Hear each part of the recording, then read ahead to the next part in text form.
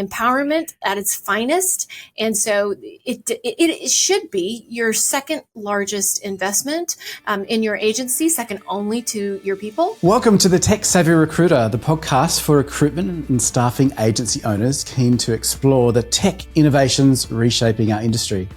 I'm Andrew Roger from recMate. And I'm Belinda Kerr from Recruitment Garage, and together we're your hosts, bringing you a stellar lineup of tech experts ready to help you understand and, more importantly, benefit from the increasing array of tech available to you today. Welcome everybody to today's episode of the Tech Savvy Recruiter, where we dive deep into the evolving landscape of recruitment. In today's special edition, we're casting an eye forward to the recruitment trends of 2024, a topic that's on every recruiter's mind as we navigate through an era of rapid change and innovation in our space. We're thrilled to have with us an exceptional guest, Lauren Jones, who's founder of Leap Consulting, and amongst other things, sits on numerous advisory boards for recruitment tech solutions. So we'll get some fantastic insights, I'm sure. Lauren brings a wealth of experience and insight into the recruitment industry, having been at the forefront of adapting and implementing cutting-edge recruitment strategies for her customers. Her expertise in navigating the dynamic recruitment landscape makes her a perfect guide for today's discussion, so we're very excited to have her. So today we're together explore what the future holds for recruitment, emerging trends that are shaping some of the things that we're doing in our industry, and also how recruiters can stay ahead of the curve. So whether you're a seasoned recruiter looking to refine your strategy or just keen to know what the future holds, this episode is packed with valuable insights and foresights. Welcome, Lauren, and thank you for joining us today on the Tech Savvy Recruiter. So before we dive deep into the questions that we've got lined up for you, maybe you could have a chat with the audience around who you are and what your expertise is. Yes. Well, Belinda, Andrew, thank you so much. Or Raji, I'm going to call you that now.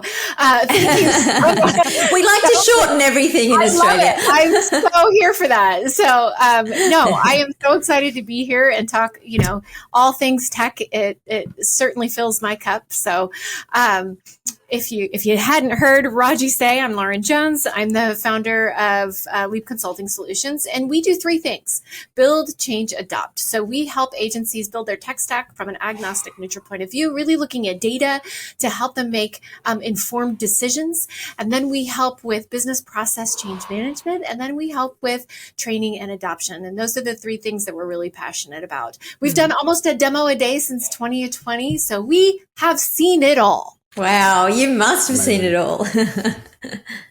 Yeah, it's very exciting to have a guide like you. It is sometimes a treacherous path for some staffing firms to go through when they're looking at their tech stack and working out, hey, is my team heading in the right direction with what we have? Yeah. Are they actually using what we have? And is there something better out there that we can do and driving change, which is one of the biggest hurdles that can happen within that evolution of moving from one tech platform to another, or even just snapping onto the side of what you have. So it's so good having organizations like yours in our industry to help customers find their way. 100%. Actually, this sort of leads on to one question I was thinking about the other day around actually, recruiter expectations, so our staffing professional expectations going into 2024. And this question was spurred from a conversation I had with a rec-to-rec recruiter. And he was saying that people in his sphere are taking a different perspective when they're looking at opportunities to say yes to a staffing firm's offer of a job. And a couple of things that he was saying that are coming up on the radar more and more so are the tech stack that firm offers, workplace flexibility, even some diversity stuff, which is very popular, obviously, with us recruiting for our customers. But it's also, starting to seep in from what he was saying into our recruiters' minds when they're looking for a new role and accepting that role. So from your perspective, Lauren, what strategies should recruitment firms and staffing professional companies think about when they're trying to meet these expectations of what's in people's minds? Yes, and there's data behind this. You guys know I love data. I can't remember yesterday, but I remember ridiculous statistics. I love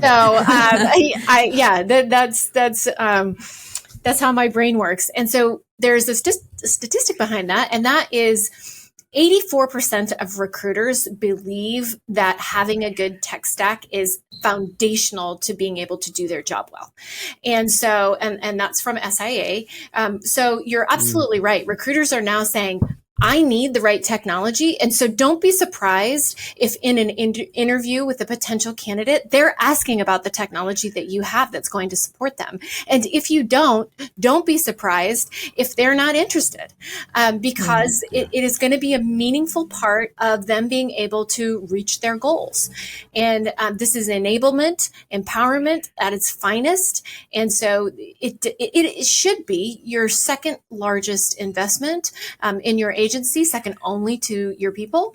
And in today's market, you do have to have the tools to remain competitive. And, I think we have to look at this generationally as well. When you talk about things that are going to be important to the different generations of recruiters, millennials want to know you stand for something. Gen Zs want to know that you're doing something.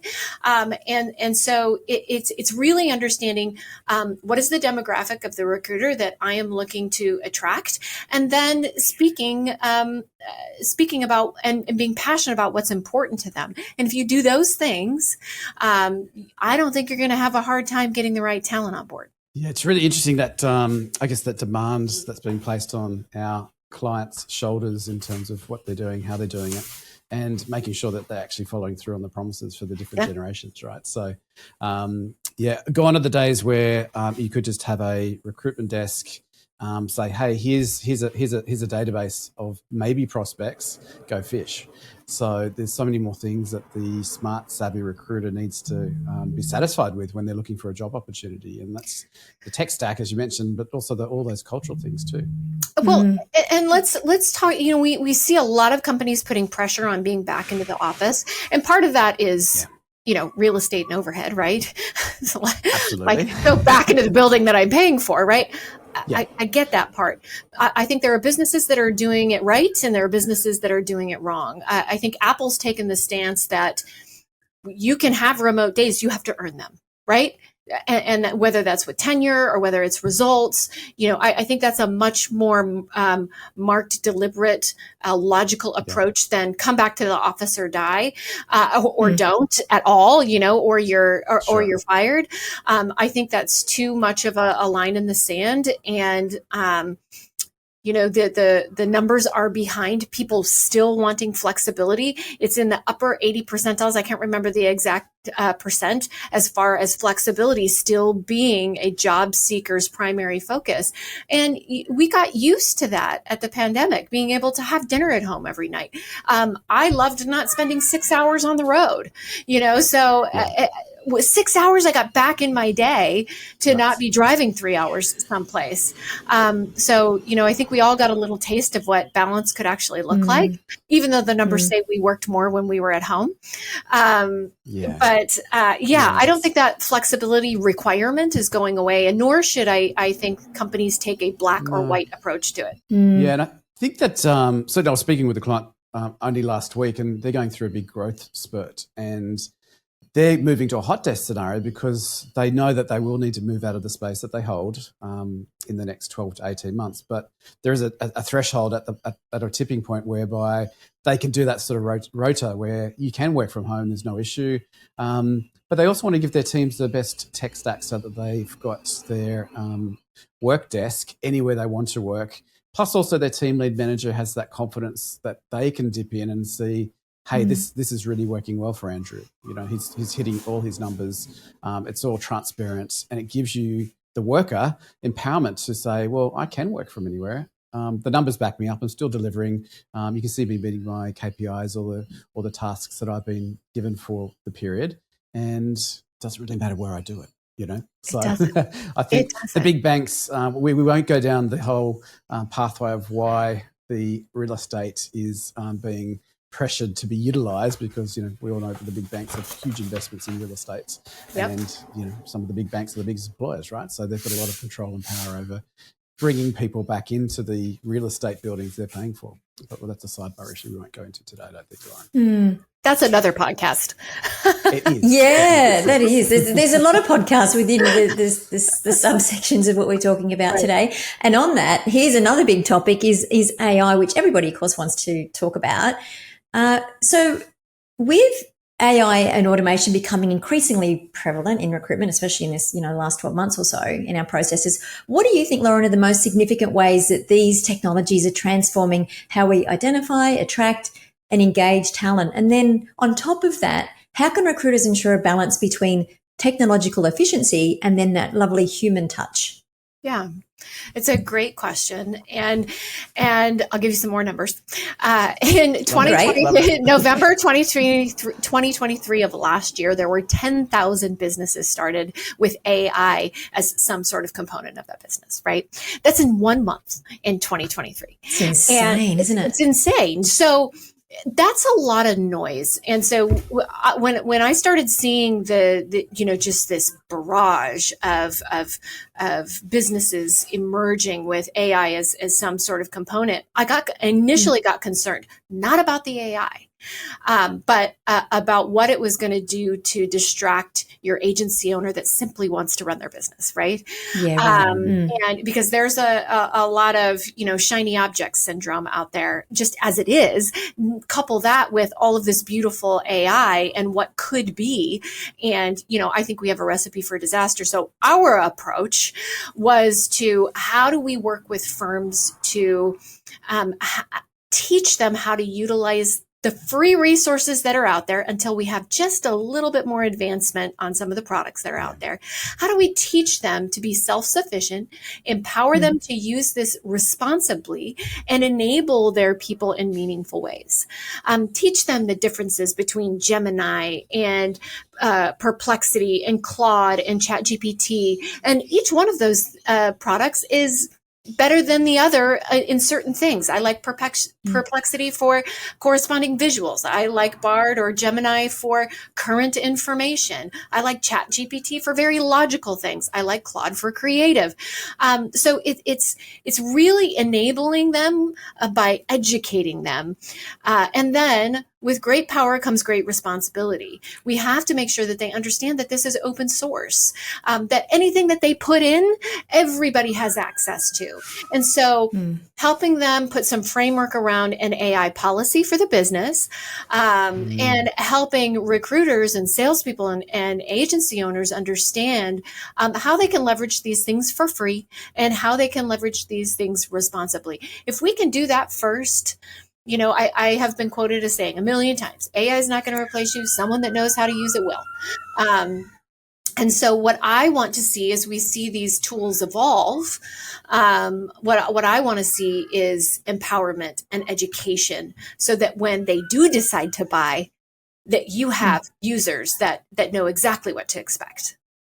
Yeah, so important, isn't it? It's like, I think in some ways I liken it to putting a V8 on a pair of roller skates. If you're not careful, you can just spin out of control.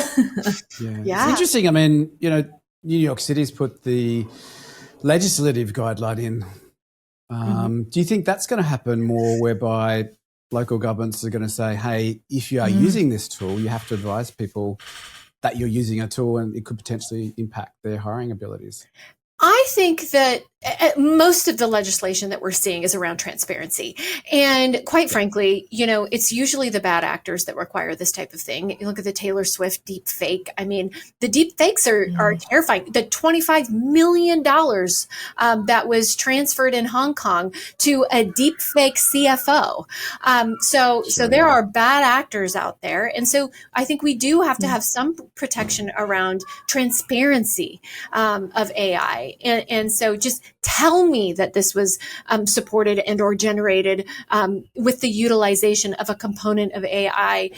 I just want to know those things. So I think to me that sounds reasonable. It's when we tip the scale and we go to, we especially here in America, we go from zero to hero really fast, and it gets really extreme. And so I think that if we can look at this moderately and look at it again with responsibility and transparency, that is how these bills should be written, or these laws should be written, or these policies should be written, in my opinion. And then, the final part is that the whole human element, right? This is still,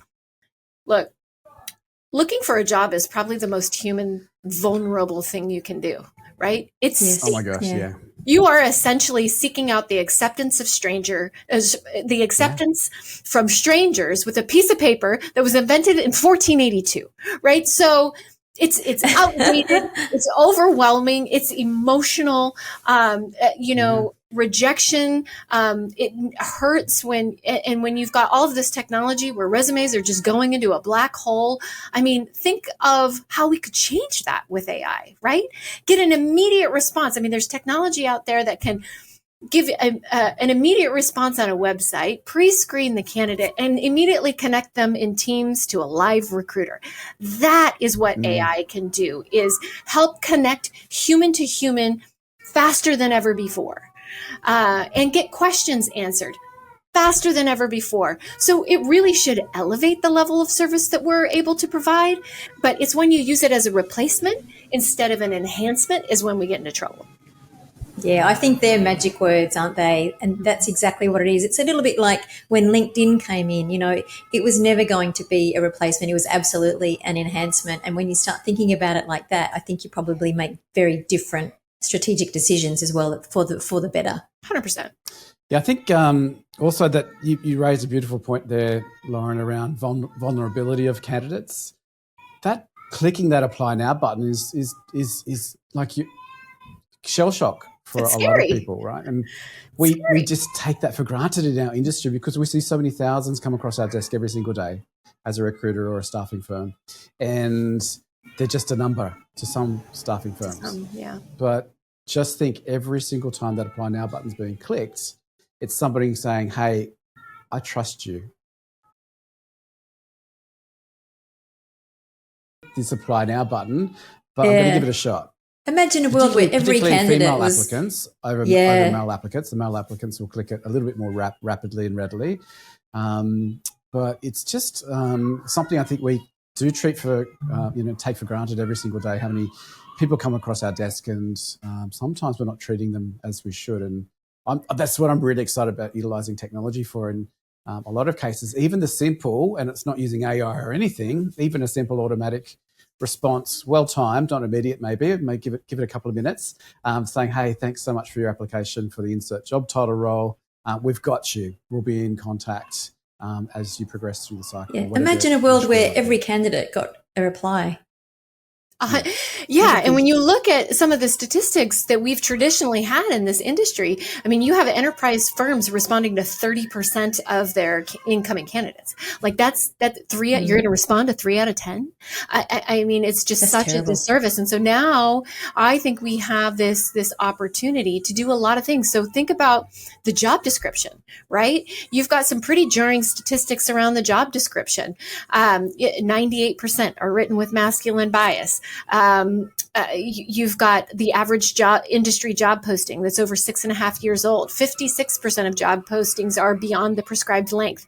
I mean, we're really bad at regurgitating bad job descriptions. And if they're all written with masculine bias, what is the likelihood of a woman applying to that? We can leverage AI to help us write a job description and remove bias, right? You can work against the bias that is already sort of inherent within the tool, because we know that there is, organically just some bias within the tool because of whom, the gender that built it primarily, right? That's just going to be what it is. And the information that it's learning and regurgitating is primarily, male, predominantly male driven. And so how do we work against that? Well, you can use AI to do that. So dream of a world where we have well-written job description. We can respond to 100% of the candidates. We can actually do what we say we do, and that is lead with empathy. And so, again, I think if you could prioritize how you're utilizing tools as an enhancement to your already unique process, you're going to be doing well. Yeah, 100%. And I think, as you said, if you're not doing it, your firm next door will be doing it. Yep. They'll be doing it. much better. Yeah, for sure. We have an AI course. So last year I wrote this beautiful keynote about, digital optimization and, making the most of your investment. I got to do that keynote one time because you know what everybody wanted me to keynote on? AI. So it's been a hot topic, a hot topic. And I don't think it's going away. I think everybody's still trying to wrap their arms around it because it still feels, still feels bigger than we are. Yeah, and understandably, it's a hot topic. But like you said before, Lauren, I think people have to measure, the amount of time they investigate AI and energy they put over there to actually running their business and getting cash in the door. Yep, exactly. Yeah. 100%. I've got a question here, which I know you're going to love. Well, I think you'll love, Lauren. It's around data-driven recruitment. So, data analytics isn't a new topic in the recruitment landscape, but I think over the last couple of years, it's been growing rapidly. Going into 2024, what's your perspective about how recruiters can leverage the data that they have more effectively, and how can that improve the outcomes that they're striving to achieve? This is where we get into Narnia, utopia, right?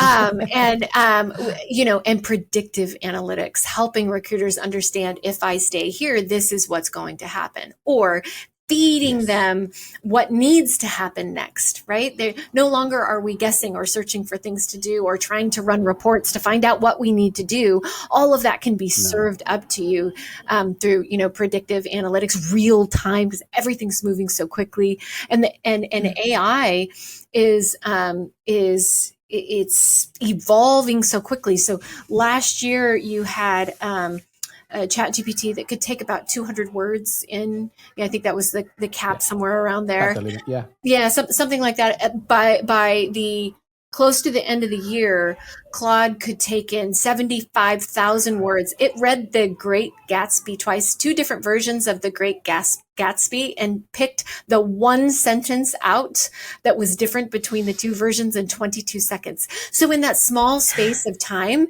it's been able to look at data and pick out those little things. And that's what we need. We need to pick out the little things. And our recruiters need to pick out the little things that are going to allow them to take the next step to reach their goal. Help another person get a job, help that agency grow to their next 25 million, whatever that milestone is that we're looking to achieve. AI can help us with real-time data and predictive and directive analytics. This is what's really exciting to me.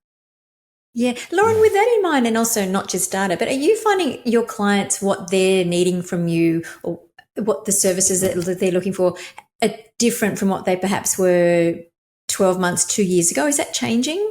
Well, so this year, I think this year, because the economy has been, shall we say, a little bipolar. It's a good word for it. What I'm seeing this year, last year, it felt like we were talking about sales enablement and automation. And, obviously AI was in there, but it was sales, a lot of sales enablement tools. You had Ample Market and Apollo and Outreach and Seamless and, all of these sales enablement tools, emerging. Lavender. So, so many emerging in 2023. So I felt like sales and AI and automation were like this big conversation. People were still buzzing about blockchain, but not really understanding what its part in the whole thing was going to be. And then as it pertains to digital transformation, people were looking more for optimization, which has bled into 2024. How do we make more of what we already have? And I think that conversation is continuing. So rather than these digital transformation packages that we have where we're going in and we're looking at overhauling the whole thing, we're now doing these optimization packages where we're going and we're making a determination. Are you using what you have in the most efficient, most effective way? And that's a brilliant exercise. But, and I would say to every agency listening to this podcast, if you're thinking about spending money on technology, first take inventory. Do it. Yeah. We do it. We have a tech audit. Everybody loves our tech audit. It's a quick in and out. We come in, we find out what you're spending. We look for duplicativeness. And then we make a determination, are you using what you have effectively? And that optimization seems to be the word of 2024 so far. It's only February 21st. Interesting. Yeah. So who knows? Makes sense. Yeah. But I can see optimization continuing its theme throughout this year. That makes so much sense, because I speak to a lot of people all the time, and they've got all this sort of disparate tech, and they're looking for the next thing. It's like, no, let's come back here and have a look at what you've already got. And now, as tech, the tech that you've got's evolving, you might find that there's functionality that someone's built in that you're paying for over here that you don't need to be paying for over here, because this tool already has it as well. So that's great that you do that. I think that's an incredible service. And it's also important. We look at technology. I think software kind of gets a bum deal. Go talk to anybody and ask them if they're really happy with their ATS and CRM, right? Like, have you met anyone that's like, this is amazing and there's nothing wrong with it, right? I think, but never have I ever. Never have I ever, right? But I think part of that's great, right? Because we're always looking for the next great thing, we want to be better, do better, be faster, stronger. I think that's great. And I don't want to take that away from anything, but we do have to stay focused. We do have to stay and make the most of what we've got. And that duplicativeness, the road mapping, that's when we're disconnected from our software vendors. When we don't have a partnership, we have a transaction. That's when you miss the opportunity to really understand your software partner and where they're going and whether or not that's aligned with where you're going. And oftentimes when we see that duplicative, the tech bloat that we talk about, I tell you, 95% of the agencies are walking around with some sort of tech bloat. And it's because we're not really listening to our software partners and where they're going and how it might impact us and what additional functionality might be coming in Q1, Q2, Q3, Q4. So the warning to software partners listening to this is, if you're committing to something, do it. Because if you can stay aligned to your roadmap, you're going to have more customers committed to staying with you to see that through. That's such an interesting point, because I never hear any of the agencies that I coach talk about where that CRM is taking its business, what's on their roadmap. It's always about what they've got here and now. They'll move because it's changed in a direction that they don't like, but I've not ever had anyone say, oh, I'm joining this, I'm taking on this particular CRM because I know that this is on their roadmap and they're doing this and that aligns with our business. Just hasn't. Now I'm dealing with this, the SME end of the market. Maybe that's different at the bigger end of town. I don't know, but it's such an interesting point. It shouldn't be. No, it shouldn't be, should it? No, it shouldn't be. We should all be asking those questions when we are, interviewing our next software partner. Is, where are you going? How are you going to get there? What's that timeline look like?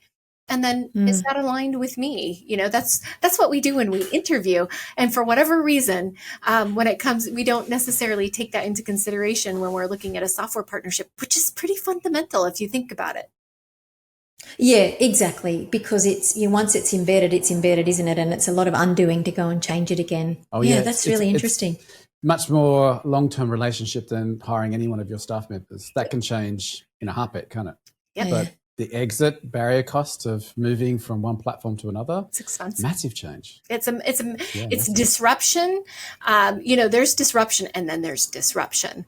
And the digital, transformation, like digital upset of that is exceedingly costly. And so, look, there are some times when you just can't scale with a technology, right? There are certain tools that will only take you so far, particularly as you're going from that like sort of $10 million mark to that $15 mark. There are only so many tools, or $50 million mark. There's only so many tools that will, be able to scale with you like that, which is why I'm so intrigued by SMB embracing the idea of Salesforce, and being able to, build their small little world and then, have it scale out with them. But yeah, you have to, there is a cost to disruption, all around, and you have to put that in the cost of your purchase. Yeah, it's becoming, I think, more essential to have a good radar and a good partnership with folks like you, LJ, to make sure you've got external advice around, yes, I'm using my tech stack well, hey, this stuff is coming. Mm-hmm. Is your chosen partner on that pathway? Are you really close to your vendor? You spend so much of your disposable cash on technology. A lot of people just set and forget, unfortunately, and then they don't, sidle up to them and keep in contact. And let's face it, some of these firms should be doing it. Some of the recruitment and staffing firm technology companies should be doing more. However, the smart recruiters are doing it. So they're calling meetings every second month or third month to saying, hey, what's happening next? How can we use this thing more? What's coming? Did the thing drop? Because I didn't see an announcement about it. You said this thing was going to drop in Q1. Can I be on the beta test for that? Because I know that's out there, and let us help you get it right. Meanwhile, my firm gets an advantage there as well. We have QBRs. Our clients have QBRs with us, right? EBRs, QBRs, whatever you want to call them. Yeah.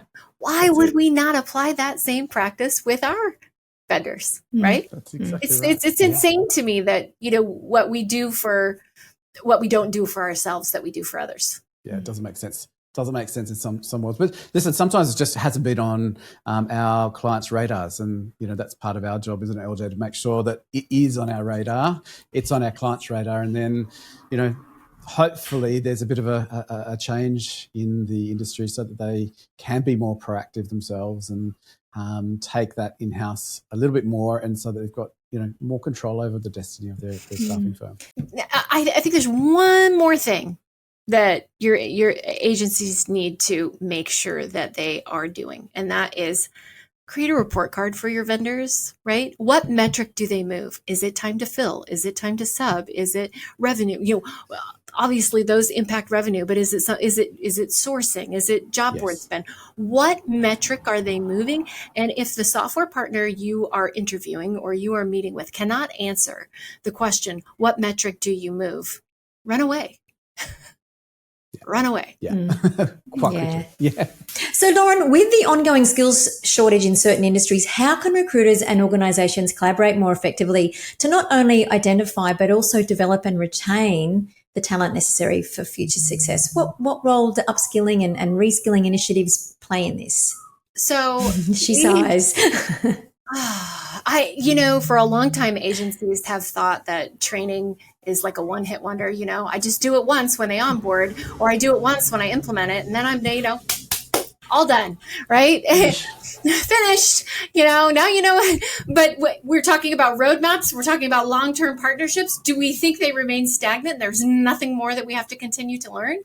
Do we think that once we insert said chip of functionality into recruiters' head that now they know every function within the tool? We have to continue to reskill and upskill our internal staff. Now, when we're looking at, outwardly, Heather McGowan did a Gig-E 2 years ago, and she had some pretty jarring statistics around workers really wanting to be upskilled. I don't remember what they were, but they're pretty over 70%, something like that, of them. 73%. Yes, now I remember. See, this is what happens. 73% I can see the slide right up in my face. 73% of workers desire upskilling, some sort of upskilling. So, and this is across industries. So, it stands to reason that to attract the right candidates, right? And then we think about millennials and Gen Zs and Gen Xers. I don't know that there are any inconsistencies among all of those generations about upskilling. As a matter of fact, as you go from Gen X to millennial to Gen Z, it's just the increasing want of being upskilled. Here's where businesses get it wrong, though, is our waning attention spans. So we've gone from concentrated learning time of 20 to 30 minutes down to 7 to 9 minutes. And we've still got agencies that are putting their new hires through hour-long videos, or putting their forklift drivers through hour-long skills-based, testing and or videoing, and it's just not effective. We learn it now in sort of microbursts. I don't know about you, but if I want to learn something, I go to YouTube and I look for the video with the highest rating in the shortest amount of time. If I want Yes, to learn, yeah. right?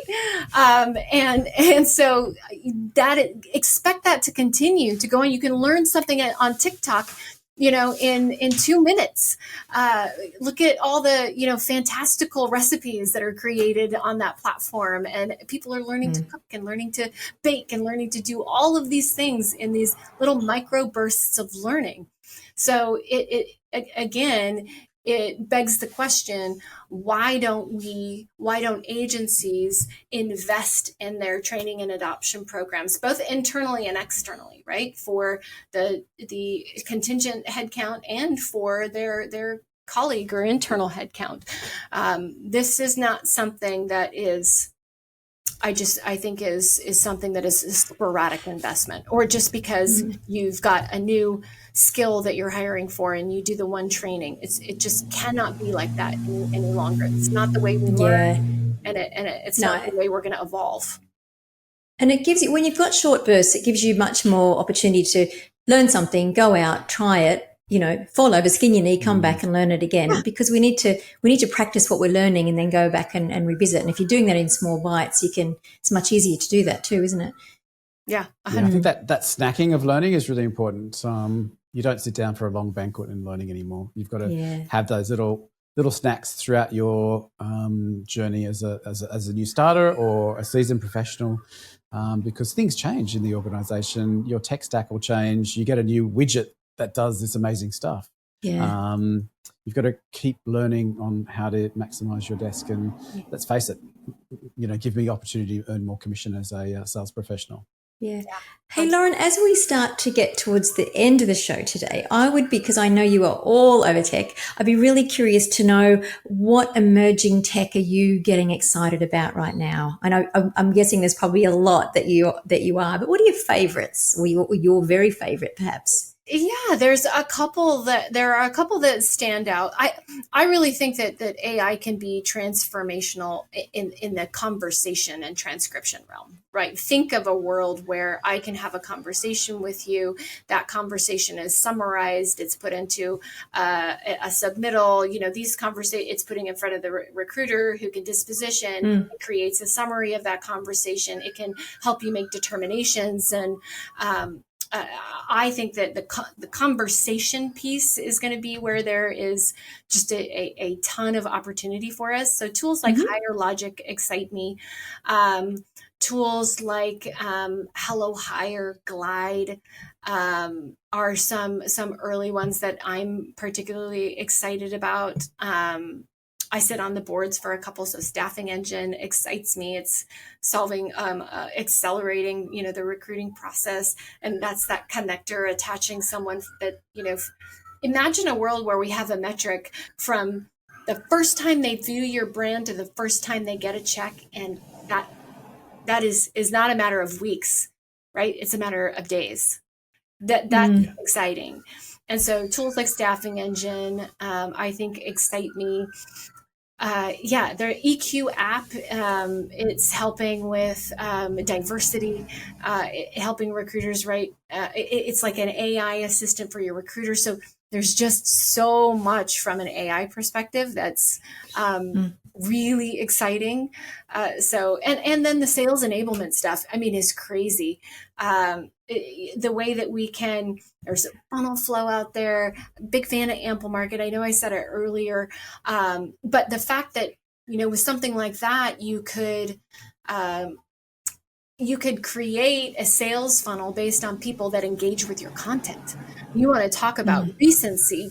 Sales is all about timing and visibility. And so I think that the opportunity to intelligently socially sell, it's a really exciting time. It can also feel like a really overwhelming time. Amazing. Yeah, that's great. Some real little gems in there. So, I think you have a favorite collection, not a favorite piece of tech. Yes, I'm so sorry. Yes, I have a favorite collection. No, it's wonderful. Thank you. No, thanks for sharing. And if we were to sort of fast forward 12 months' time, there'll be a whole new list of people in there that haven't even come into the radar yet. So it's exciting times. It's an exciting time to be alive. Fantastic. For sure. Well, it's an exciting time to be alive for sure. Oh yeah, it's a lot happening, and I think with AI, it's only really hit the shores very recently in the recruitment career of technology evolution. So yeah, it's just that upswing of speed that things are evolving. It's very difficult for staffing firms to keep up, isn't it? So having partnerships with you guys really important to strengthen their position in making sure they've got the best opportunity for success and driving success of their teams and obviously delivering best customer success for their clients too. Agreed. And what you're both doing, both you, Andrew, and Lauren, like the role that you play is only going to become more and more important, helping these people helping agency owners navigate what they should be doing, because God knows it's too big a job to do on your own.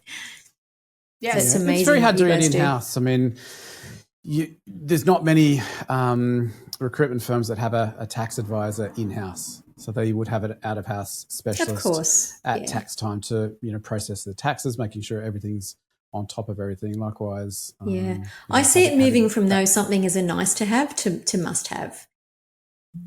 We would hope so, Lauren. Wouldn't we? Job security. Job security, BK. Thanks. Yeah, that's it. Plugging the team. No, I mean it.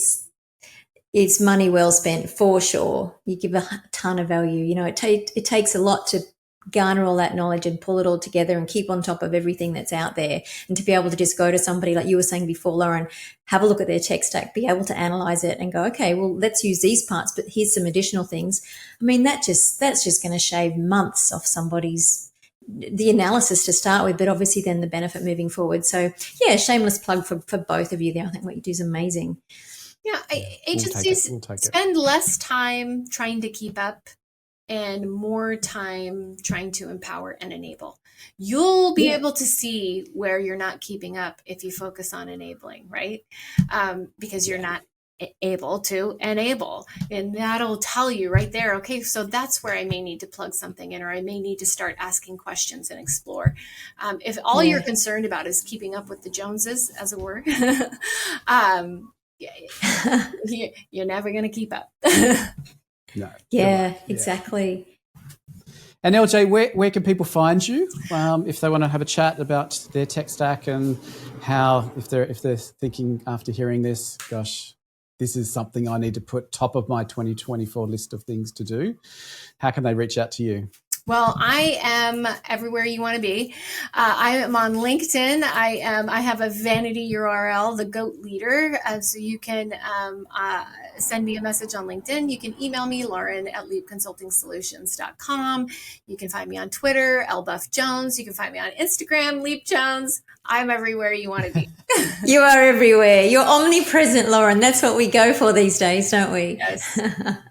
Well, that's been, oh my gosh, there has been so much value in there. You clearly just are well ahead of the pack when it comes to understanding what you talked about there today. I loved what I was not more than anything, but very inspired by was your ability to come out with all the data, because I can only just about remember my birthday. Like numbers are just not my thing. So I was super impressed with your ability to do that. That's phenomenal. And the first stat that you pulled out, I was just sitting a minute ago thinking, was it 82% or 84%? 84. So I've lost that one already. Yeah. I can't remember yesterday. Don't know what I ate for lunch today, but I can remember those statistics. Yeah, I think that's amazing, and what a gift to have. It's funny when somebody has something in such quantity that you don't have yourself. It just makes you put them that little bit higher up on the pedestal. So, look, thank you so much, Lauren. It's been an absolute delight, and thank you for. I know you're a busy lady, so thank you for sharing your precious time with us. And maybe one day we can even have you back again. I would love it. This has been a treat for me. It was so wonderful to see your faces, and thank you so much for having me. Oh, absolute pleasure. Thanks, Lauren.